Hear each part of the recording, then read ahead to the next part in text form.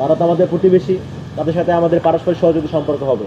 এখানে কোনো দাদাগিরি ফলানোর সুযোগ নাই, কোনো বড় ভাইগিরি ফলানোর সুযোগও আমরা দিব না ইনশাআল্লাহ। ভারত আমাদেরকে হত্যার হুমকি দিলেও বাংলাদেশে থাকা ভারতীয় নাগরিকদের সর্বোচ্চ নিরাপত্তা নিশ্চিত করার মাধ্যমে এক বিরল নজির স্থাপন করেছে বাংলাদেশ।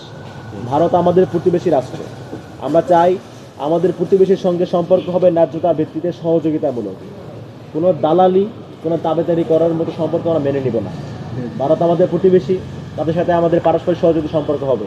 এখানে কোনো দাদাগিরি ফলানোর সুযোগ নাই, কোনো বড় ভাইগিরি ফলানোর সুযোগও আমরা দিব না ইনশাআল্লাহ। প্রতিবেশী দেশ হিসেবে ভারত বাংলাদেশকে যতটুকু সম্মান করবে, আমরাও ন্যায্যতার ভিত্তিতে ঠিক ততটুকু সম্মানই করব।